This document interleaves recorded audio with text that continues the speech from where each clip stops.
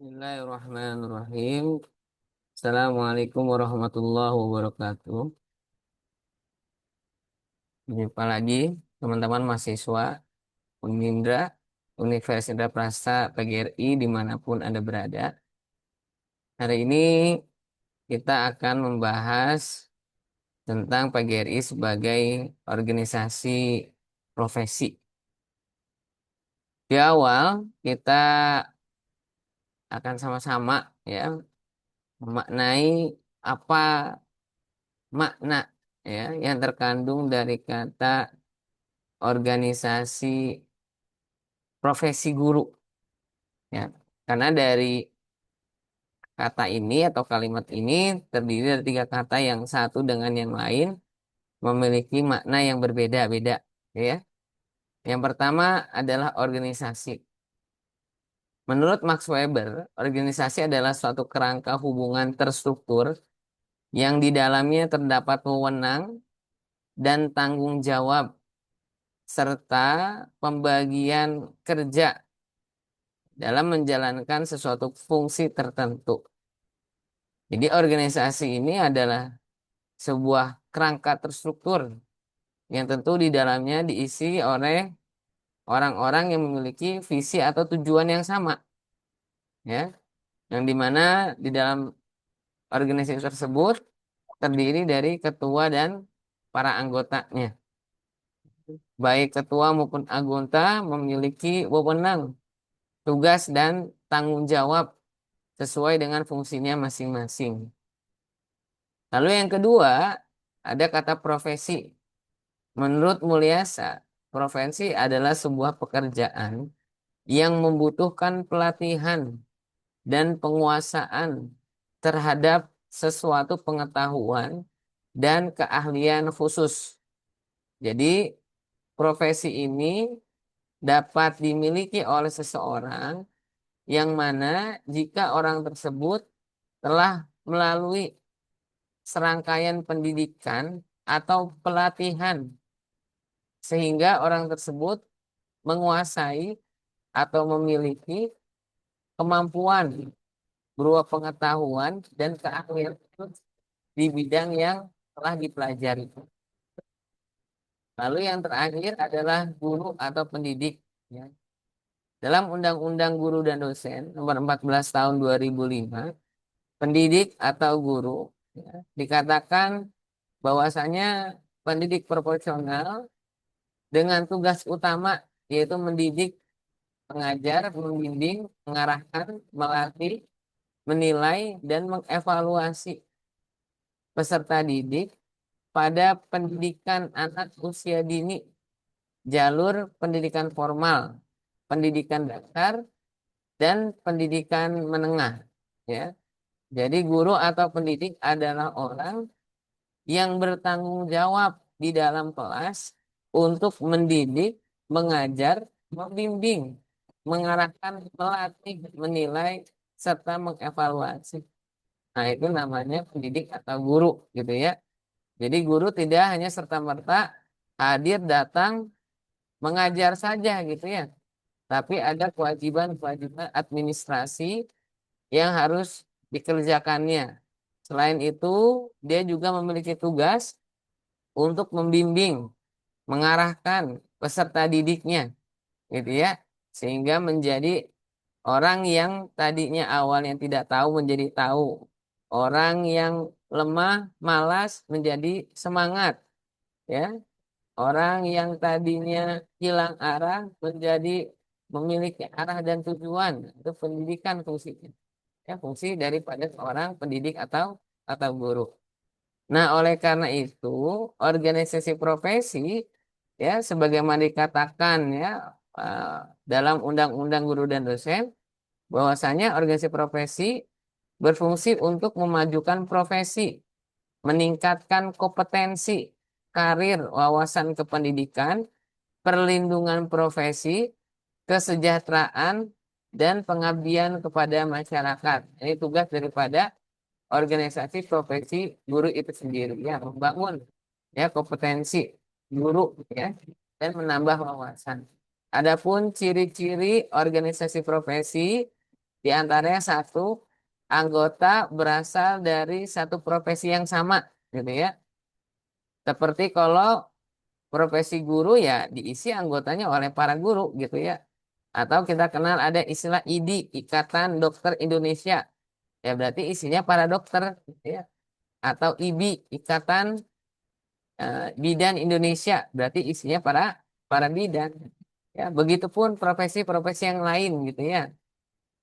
Kalau ada advokat, nah dia juga ada peradi, gitu ya. Atau akuntan, ada IAI dan sebagainya. Jadi ciri daripada organisasi profesi ini adalah ya eh, adanya keanggotaan yang bersifat apa homogen, gitu ya, yaitu dari profesi yang sama. Kedua, misi utama organisasi profesi adalah untuk merumuskan kode etik dan kompetensi daripada profesi. Jadi fungsi utama daripada organisasi profesi ini adalah membangun, merumuskan, gitu ya, kode etik agar apa? Agar para anggotanya tidak melanggar, gitu ya, nilai-nilai atau norma-norma yang berlaku, kayak begitu. Atau lebih daripada itu, gitu ya. Ini sebagai bentuk pencegahan, pengarahan, gitu ya, di mana guru dalam hal ini sebagai seorang profesional yang berada di bawah naungan organisasi profesi dapat menjalankan tugas dan kewajibannya sebaik mungkin.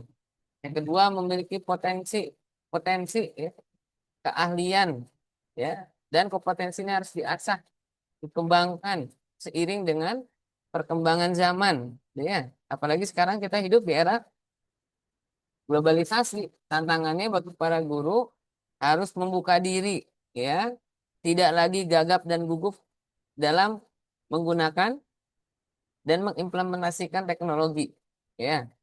Lalu yang ketiga, menetapkan serta merumuskan standar pelayanan profesi, ya, apa yang harus dilakukan, ya, jika ada anggota yang melanggar, bagaimana perlakuannya, gitu ya. Jadi jelas antara tugas dan wewenangnya, hak dan kewajibannya. Nah, itu fungsi daripada organisasi profesi guru. Nah, yang berikutnya, organisasi profesi guru menurut PP, ya, Peraturan Pemerintah Nomor 74 Tahun 2008. Yang pertama, bahwasanya keanggotaannya terdata dan tersebar di seluruh provinsi, kabupaten, kota minimal 25% dari jumlah guru di wilayah yang bersangkutan. Nah, ini syarat, gitu ya, mendirikan organisasi profesi, ya. Wabil khusus dalam hal ini adalah profesi guru, ya. Jadi harus ada 20, terdiri dari 20%, gitu ya, anggota. Tentu ini di dalamnya ada guru dan tenaga pendidik. Kedua, kepengurusannya berada di ya Pusdat, ya, pusat data dan semua, ya, provinsi, ya, serta minimal 75% di kabupaten kota.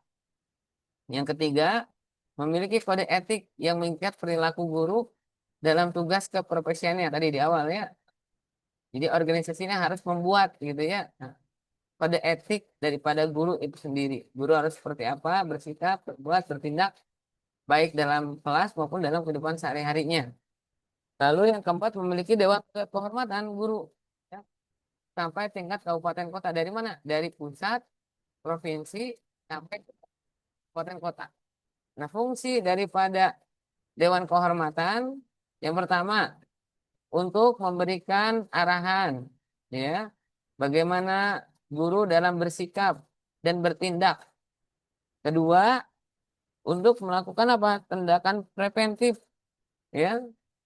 Kalau misal ada seorang guru yang tersandung masalah kayak begitu.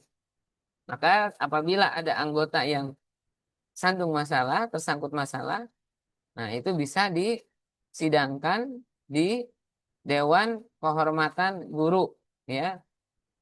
Atau ada juga apa namanya? eh, apa KAGI, ya, Kesatuan Guru Indonesia, ya, atau Dewan Etik Guru, gitu ya. Nah, itu ada di tingkat pusat, provinsi sampai ke kabupaten kota. Nah, adapun struktur dan kedudukan organisasi profesi kependidikan berdasarkan struktur dan kedudukannya. Nah, ini dibagi tiga ya. Pertama, secara regional, daerah masing-masing. Seperti di sini ada IPBI, Ikatan Petugas Bimbingan Indonesia, di bawah naungan PGRI Kabupaten Pringsewu. Jadi artinya organisasi ini hanya mencakup wilayah kabupaten saja. Nah, berbeda dengan PGRI. Kalau PGRI, skupnya nasional, Indonesia. Nah, ada yang lebih luas lagi, yaitu UNESCO. Gitu ya. Yaitu organisasi profesi kependidikan yang bersifat internasional. Jadi dia tidak berdiri di satu wilayah atau negara tertentu, tapi dia ruang lingkupnya eh, multinasional atau internasional, gitu ya. United Nations Educational, ya, eh, Scientific and Culture Organization. Nah, ini UNESCO, gitu ya, di bawah naungan PBB, kira-kira seperti itu. Lalu yang berikutnya ada jenis-jenis organisasi profesi guru. Jadi organisasi profesi guru bukan hanya PGRI, teman-teman semua ya. Ada PGSI, Persatuan Guru Seluruh Indonesia, ada IGI, Persatuan Guru Indonesia, ada ISPI, Ikatan Sarjana Pendidikan Indonesia, ya. Ada lagi yang berorientasi kepada apa? Organisasi Islam seperti Pergunu, Perkumpulan Guru Nahdlatul Ulama. Ada lagi MGMP, Musyawarah Guru Mata Pelajaran. Ada FSGI, Federasi Serikat Guru Indonesia.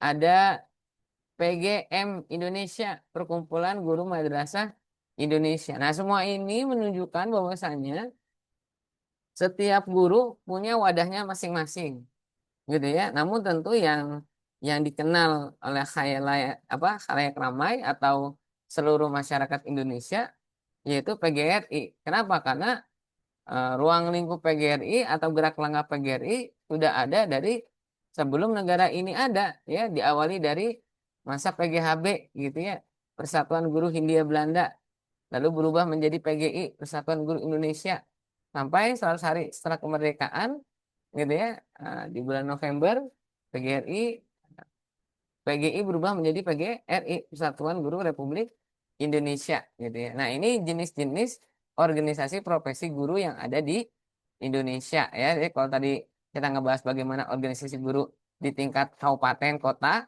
atau skop lokal, ada lagi yang skopnya nasional, ya, seperti PGRI, dan ada UNESCO yang ruang lingkupnya itu multinasional atau internasional. Nah, lalu yang berikutnya ada fungsi organisasi profesi guru, gitu ya. Apa saja fungsi daripada organisasi guru ini, gitu ya. Yang pertama adalah fungsi pemersatu, gitu ya. Mendorong para profesional untuk membentuk suatu organisasi keprofesian, ya. Jadi organisasi ini menjadi pemersatu antar antar profesi, gitu ya. Yang diisi oleh para profesional, orang-orangnya, gitu ya, yang diharapkan dapat melindungi dan memperjuangkan kepentingan anggotanya, gitu ya. Jadi adanya organisasi ini dibentuk, ya, semata-mata untuk kepentingan anggotanya itu sendiri. Jadi kalau kita berbicara katakanlah PGRI, maka PGRI dibentuk untuk seutuhnya, ya, demi kepentingan para anggota PGRI itu sendiri. Nah, yang kedua, fungsi peningkatan profesional, ya, yaitu tenaga kependidikan dapat membentuk ikatan profesi sebagai wadah untuk meningkatkan dan mengembangkan karir, kemampuan, kewenangan profesional, martabat, dan kesejahteraan tenaga kependidikan, gitu ya. Jadi kalau di awal kita disuguhkan, gitu ya, tentang fungsi pemersatu itu untuk kepentingan anggotanya, gitu ya. Nah, adapun fungsi peningkatan profesional lebih kepada mutu daripada anggota itu sendiri, gitu. Jadi bukan hanya semata-mata kepentingan yang sifatnya pragmatis, gitu. Tapi juga ada kepentingan yang sifatnya adalah idealis, gitu.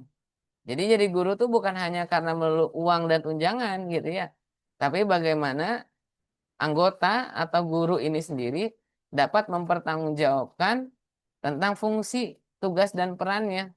Nah, oleh karenanya guru harus mengupgrade dan mengupdate pengetahuannya. Ya begitu. Ya. Sehingga gitu ya, dirinya menjadi seorang guru yang bermartabat, ya, menjadi guru yang profesional, ya begitu, ya, dalam karir dan yang lainnya. Ini fungsi daripada peningkatan profesional itu sendiri. Lalu yang terakhir ada fungsi yang termaktub dalam ADART, anggaran dasar dan anggaran rumah tangga, gitu ya. Nah, dalam ini dikatakan dalam ADART PGRI, tugas daripada organisasi profesi adalah memajukan profesi, gitu ya, meningkatkan kompetensi, gitu.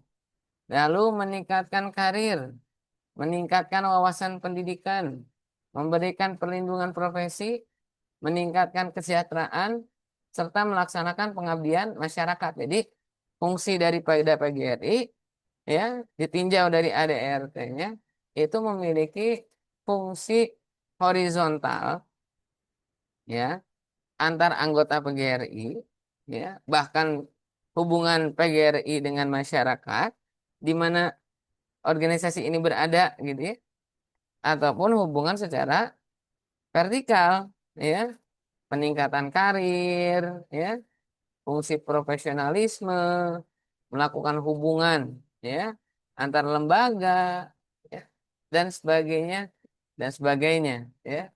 Jadi fungsi daripada organisasi profesi guru ini sangat banyak, teman-teman, gitu ya. Selain pemersatu, peningkatan profesional juga termaktub dalam ADART. Nah, ADART ini dibuat untuk apa?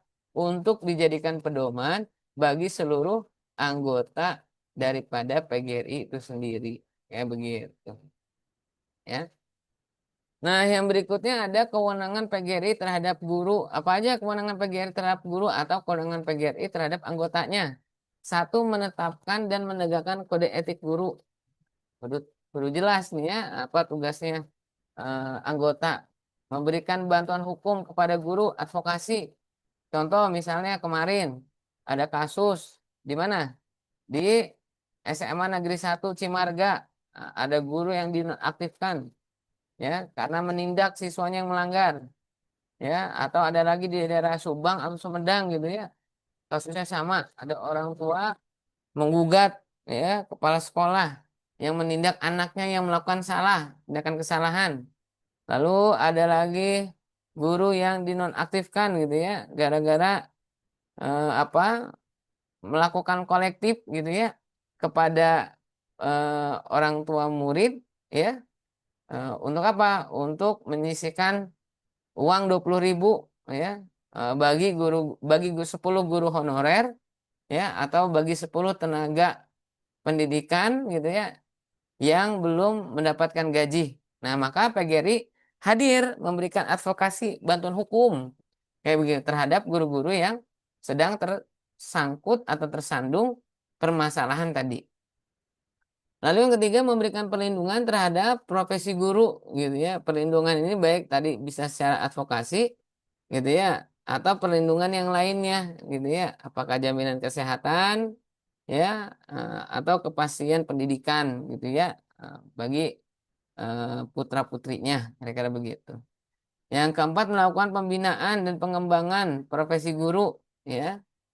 Dan yang kelima, memajukan pendidikan nasional. Jadi artinya, ya, pendidikan nasional ini tidak akan maju kalau gurunya tidak dibina, gitu ya, tidak dikembangkan pengetahuannya, ya, tidak dikembangkan eh, kemampuan kognitifnya, gitu ya, atau kemampuan-kemampuan lain yang dapat menunjang atau memajukan daripada pendidikan itu sendiri, ya begitu. Nah, itu wewenang PGRI terhadap anggotanya. Lalu apa tanggung jawab PGRI terhadap anggota, gitu ya?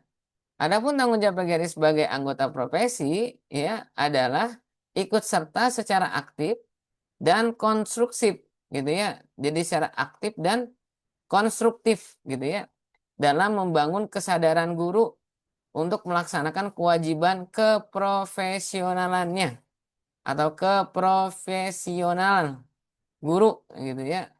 Jadi bagaimana PGRI dapat membangkitkan kesadaran sebagai seorang profesional, maka dia berkewajiban untuk menunaikan kewajiban-kewajibannya, ya, menuntut profesionalismenya, gitu ya, sebagai sebuah bentuk pertanggungjawaban dan implementasi atas profesinya, gitu ya. Sebagaimana kewajiban guru yang termaktub dalam Undang-Undang Nomor 14 Tahun 2005, yaitu adalah merencanakan pembelajaran, melaksanakan proses pembelajaran yang bermutu, serta menilai dan mengevaluasi hasil pembelajaran. Nah, itu semua adalah tugas daripada guru itu sendiri, gitu. Jadi seorang guru tidak boleh lepas tanggung jawab, seorang guru tidak boleh lari dari tanggung jawab, gitu. Maka tugas utamanya dari merencanakan pembelajaran, melaksanakan proses pembelajaran KBM, kegiatan belajar mengajar, yang mana di dalamnya ada mendidik, mengarahkan, memotivasi, gitu ya. Sehingga proses pembelajaran ya memiliki nilai mutu yang tinggi. Nah, setelah proses pembelajaran ini dilakukan, barulah seorang guru dapat melakukan yang namanya evaluasi pembelajaran, ya begitu ya. Nah, nanti dilihat bagaimana ya capaian daripada hasil pembelajaran selama ini, sejauh mana pemahaman kognitif peserta didiknya itu tumbuh dan berkembang, ya begitu. Lalu yang berikutnya, nah ini yang salah satu yang penting nih, kode etik. Jadi salah satu amanah daripada organisasi, gitu ya, profesi guru, yaitu adalah melahirkan, mencetuskan yang namanya kode etik guru. Yang pertama, guru berbakti membimbing anak didik seutuhnya untuk membentuk manusia pembangunan yang berPancasila. Jadi artinya tugas pertama seorang pendidik adalah mendidik ya anak dalam bingkai apa? Memanusiakan manusia, gitu ya. Menjadi manusia yang seutuhnya. Ya, manusia yang menjalankan falsafah negara, yaitu Pancasila. Di mana seorang peserta didik dapat apa? Dapat menjalankan kewajibannya sebagai seorang makhluk yang memiliki Tuhan. Poin pertama, nilai ketuhanan yang Maha Esa. Maka ditingkatkan nilai keimanannya, kesadaran dalam beribadahnya, ya, dan yang lainnya dan seterusnya. Baik nilai kemanusiaan, nilai keadilan, nilai permusyawaratan, dan seterusnya, dan yang lainnya.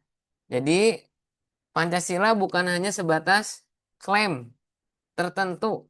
Pancasila bukan hanya sebatas falsafah yang dihafal, tapi juga Pancasila harus terimplementasikan dalam kehidupan sehari-hari.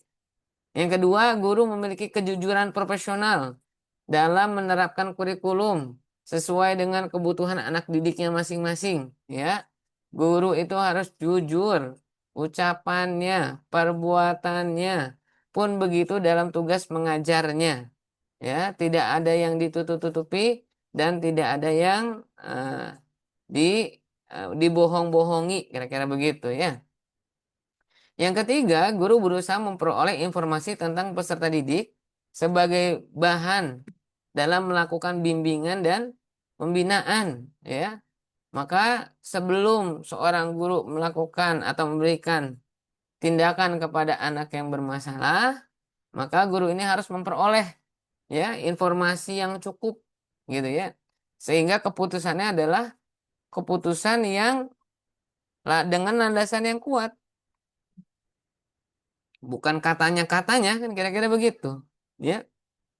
Apalagi dalam melakukan tindakan pencegahan, ya. Maka seorang guru harus mendapatkan informasi yang optimal, ya, yang cukup, yang mumpuni. Sehingga tidak salah dalam mengambil keputusan.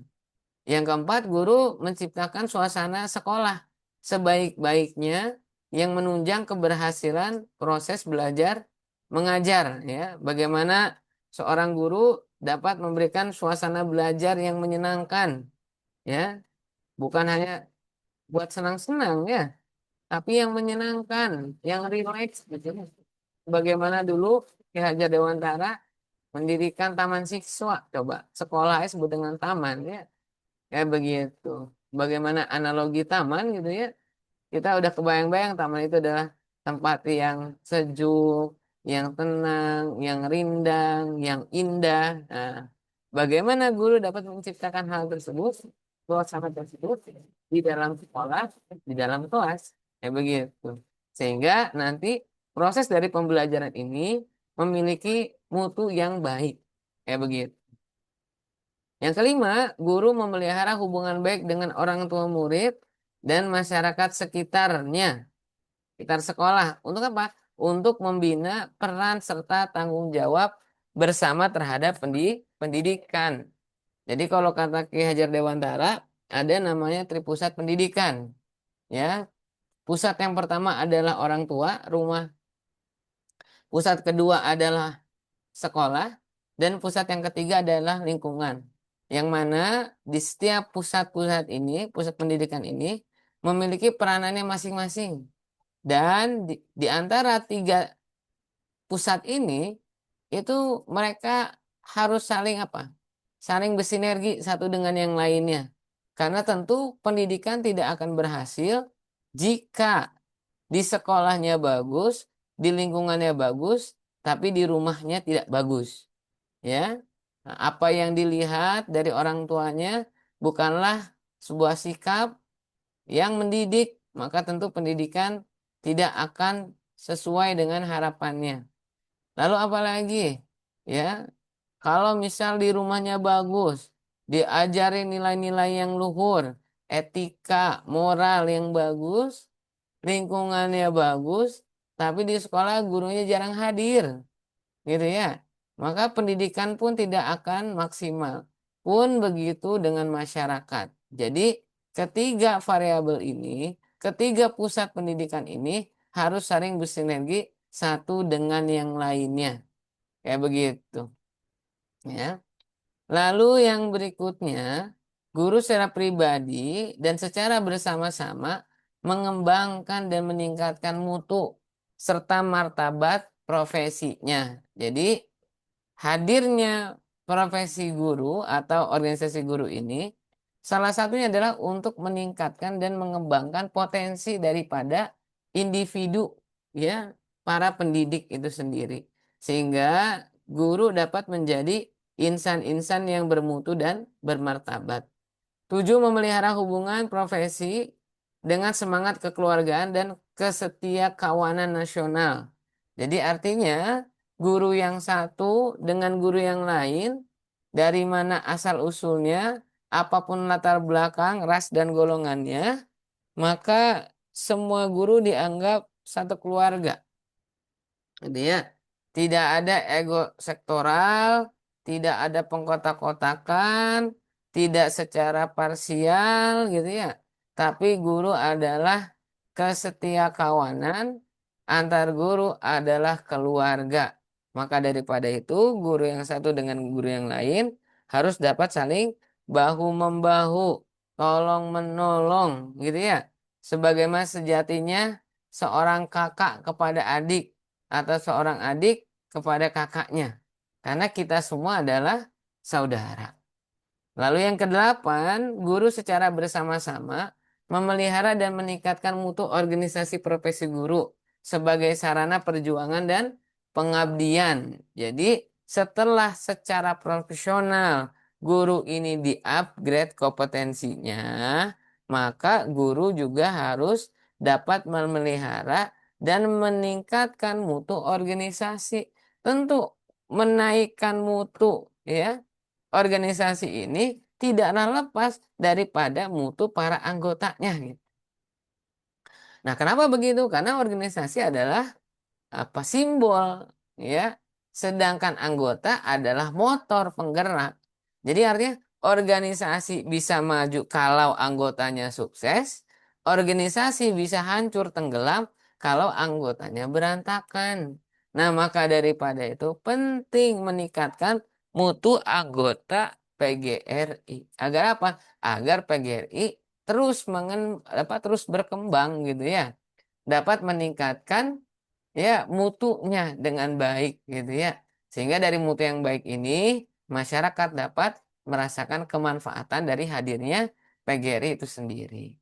Lalu yang kesembilan, guru melaksanakan segala kebijakan pemerintah di bidang pendidikan ya. Jadi teman-teman, meskipun PGRI ini adalah sebuah lembaga yang independen, swasta yang tidak secara langsung ada di bawah naungan pemerintah, namun karena ini adalah organisasi profesi guru yang hubungannya erat dengan pemerintah, dalam hal ini adalah Kementerian pendidikan gitu ya, maka baik kurikulumnya, model ajarnya gitu ya, dan segala turunannya itu harus dijadikan pedoman bagi para guru yang masuk ke dalam anggota PGRI itu sendiri.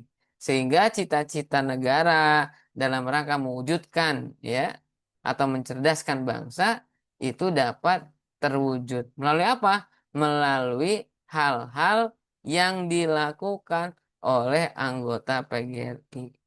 Atas dasar apa? Atas dasar instruksi dari lembaga atau organisasi. Kayak begitu. Nah, ini hubungan secara vertikal antara PGRI dengan pemerintah. Gitu ya. Oke, baik teman-teman mahasiswa Universitas Indah Prasta dimanapun Anda berada. Eh, saya kira cukup dulu ya perkuliahan kita kali ini. Semoga ada manfaatnya, kurang dan lebihnya mohon maaf. Sampai jumpa di pertemuan berikutnya. Sehat selalu. Saya akhiri billahi taufik wal hidayah. Assalamualaikum warahmatullahi wabarakatuh.